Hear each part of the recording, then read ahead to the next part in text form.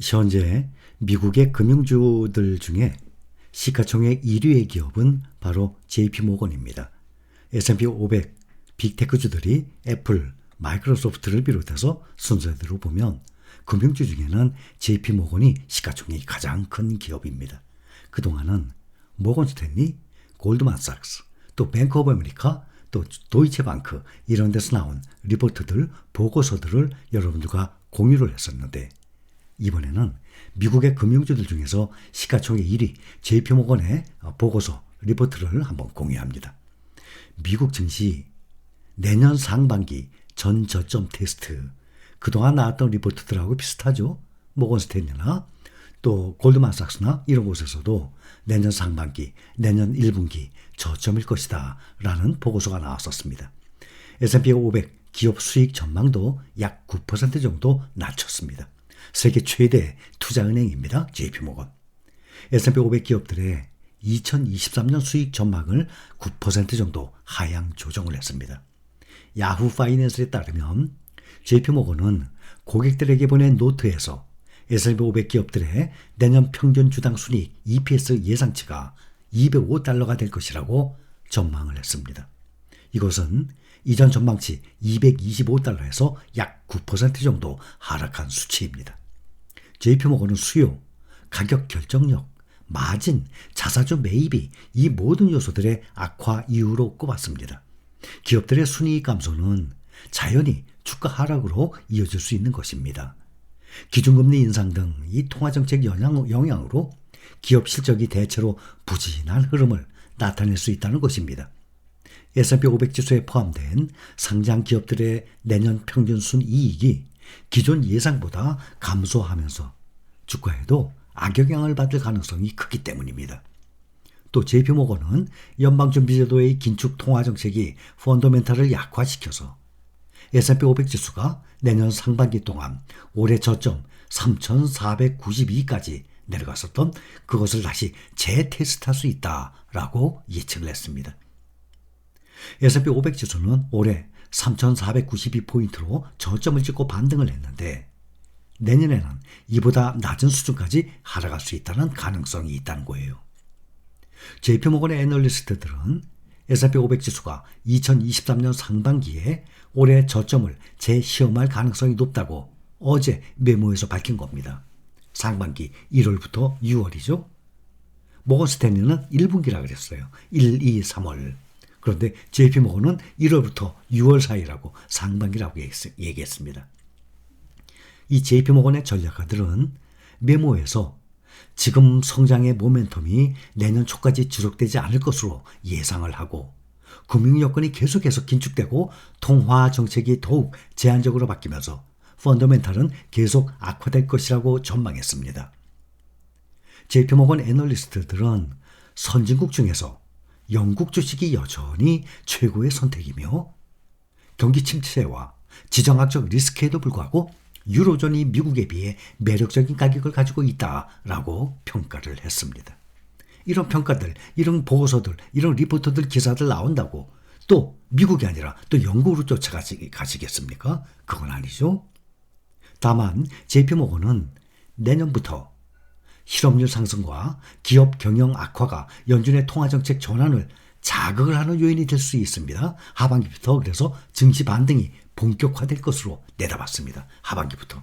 그러면 몇 월인지 모르죠. 그거야 누구든지 정확히 찍을 수는 없겠죠. 바닥이 정확히 어딘지 찍을 수 없을 만큼 상반기는 바닥을 찍을 수 있고 하반기부터 그러니까 1월부터 6월 사이에 바닥을 찍을 수 있고 7월부터 12월 사이 하반기부터는 증시 반등이 본격화될 것으로 내다보고 있습니다.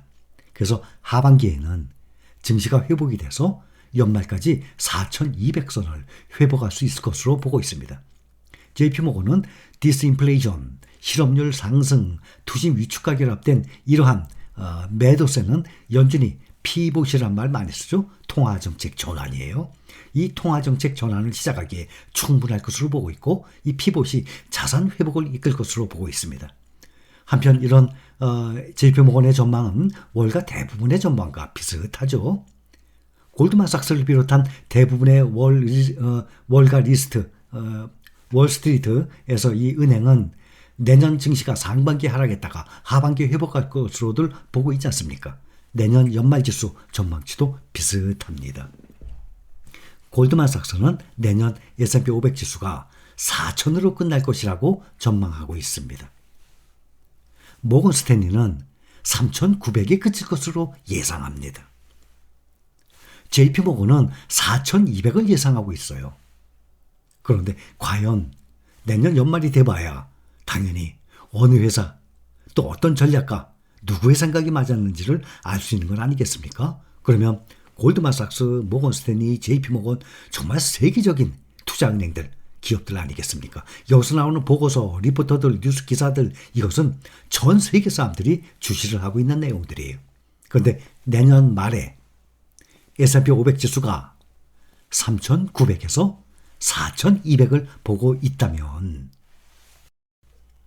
어제 4,080에서 4,076으로 떨어졌지만 4,000이 넘은 상태니까 지금 3,900에서 4,200을 예상한다면 지금과 내년 말과 비교를 해본다면 지금도 말이죠. 12월 초니까 지금과 내년 말과 비교를 해본다면 1년간 크게 상승할 여지는 없다라고 볼 수 있겠죠. 그렇다면 23년에 상반기나 1분기 때 바닥을 치고 그때는 다시 약 4천까지 연말까지 올라왔다가 그러면 드디어 금리도 좀 떨어지고 2024년부터는 본격적인 상승을 하는 것 아닌가 그런 예상을 해볼 수도 있는 것입니다.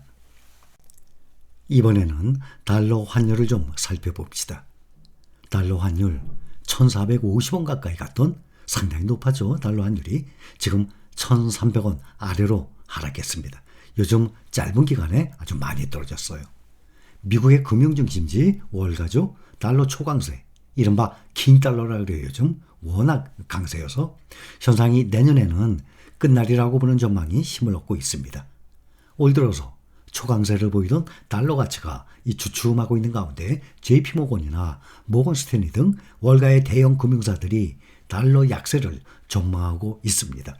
이 인플레이션 정점론이 나오고 있죠. 지금 계속 이 제기되고 있는 가운데 미국 연방준비제도 이 금리 인상에도 속도 조절 필요성이 대두가 되면서 끝없이 치솟던 달러 가치가 반전하리라는 예상입니다.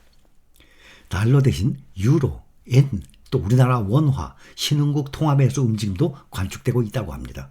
주요 6개국 통화 대비 달러 가치 산정하는 달러 지수 지난달 말에 현재 106대를 기록했는데 연초 대비 11.5% 올랐지만 114를 넘어섰어요. 9월에 이 정점에 비해서는 지금 6% 넘게 하락을 한 상태입니다. 모건 스탠리의 앤드류 시치 애널리스트는 달러가 올해 4분기에 고점을 찍은 뒤 내년 하락세를 타면서 신흥국 자산을 지지할 것으로 예상을 하고 있습니다. 근데 또 이 같은 예측과는 또 반대로 이번에 또 골드만삭스는 최근 보고서에서 과거를 비춰봤을 때 달러 정점은 미국과 글로벌 성장세의 저점이나 연준의 통화정책 방향 전환과 연관이 깊다라고 말을 하면서 달러가 정점을 찍으려면 앞으로 몇 분기 정도는 더 기다려야 할 수 있다라고 보고 있습니다. 다만 연준이 금리 인상을 중단하거나 유럽의 에너지 공급이 안정되고 또 중국이 경제 재개방에 나선다면 달러 고점이 예상보다 빨리 올 수 있다라고 전망했습니다. 경제, 금융에 대한 브리핑 여기까지입니다.